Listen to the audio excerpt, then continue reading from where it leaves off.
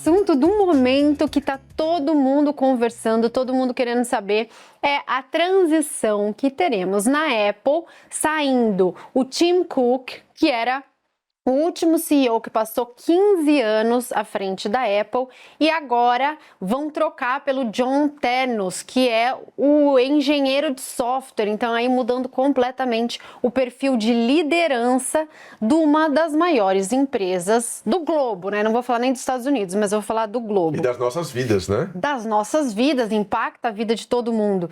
E acho que é uma conversa até maior do que a Apple em si, mas uma conversa que tangencia qual é o estilo de liderança que a gente vai ter no futuro. Quem que vai ser o líder que vai ser necessário numa era de inteligência artificial? Porque a Apple, inclusive, está atrasada nessa corrida de inteligência artificial. É a maior crítica em relação aos últimos anos da Apple, né? É até uma piada que é feita dentro da comunidade, porque se você usar a Siri, hoje em dia, a Siri consegue falar previsão de tempo e ver o seu calendário, não consegue fazer muita coisa.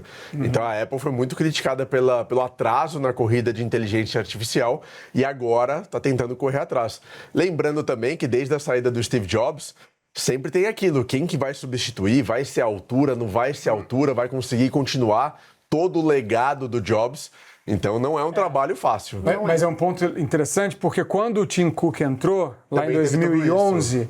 ele era o cara operacional, ele era o cara que estava ali na distribuição, na parte... fábrica. Isso, olhando a operação, enquanto o gênio, né, criativo por trás da Apple sempre foi o Steve Jobs. E o mercado todo lia como, nossa, e agora? O que vai acontecer? O gênio, né, não está lá mais, e o Tim Cook é um cara operacional. Teve muito essa dúvida e ele se provou ano contra ano, né? Aumentou margem, diversificou produto, fez a Apple... o valor da empresa. Explodiu o valor da empresa, e eu acho que isso que você falou do cara novo, dele ser um cara de IA, um cara, né, focado em produto, sinaliza essa visão da Apple de buscar olhar produto. Eu acho que ele vai ter uma prova de fogo aí, né, no lançamento de setembro principalmente.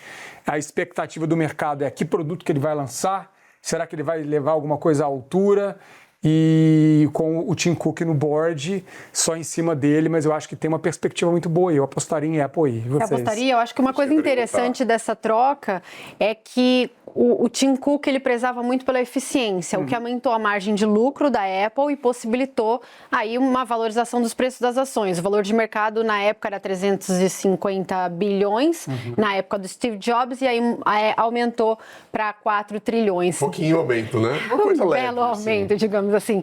Agora, quando você vai para um estilo mais de inovação, você tem que prezar menos pela margem, pela linha final, porque você vai testar mais, e quando você testa mais, você gasta mais dinheiro. E erra mais também. E erra mais. Então precisa ver se os investidores de Apple estão preparados para isso, uma Apple mais errática, por outro lado, que pode transformar completamente a vida dos brasileiros, da população mundial, né? Porque não só dos brasileiros.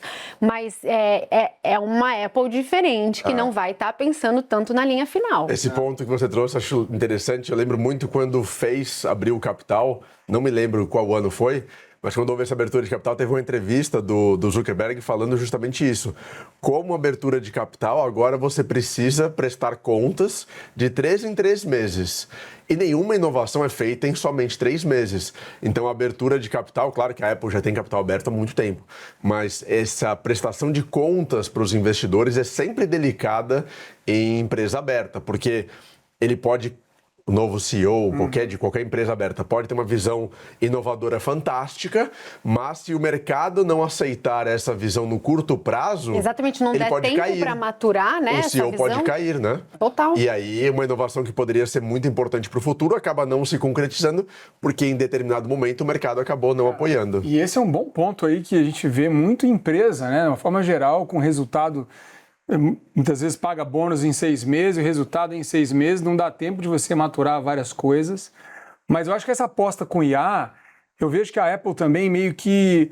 Não é que ela abriu mão, mas ela não está tanto na corrida de desenvolver uma IA que seja competitiva às melhores IAs. Ela está abrindo para que as IAs operem dentro dela, uma vez que ela tem os produtos que são os produtos referência. Então acho que a entrada desse cara, que é um cara de produto também, na minha visão, reforça isso do, cara, vamos ser bons no que a gente é bom, no produto, e vamos integrar aqui. Estou falando da minha cabeça, tá, gente? Pode ser completamente equivocada a minha análise, mas eu vejo como uma visão de produto mais do que de desenvolver uma IA que seja melhor do que as IAs que já são as top de linha. Ele é bem entusiasta de inteligência artificial, então ele segue falando que a inteligência artificial é o que vai mudar o mundo e o que vai mudar a Apple também. Então ele vai investir bastante em inteligência artificial.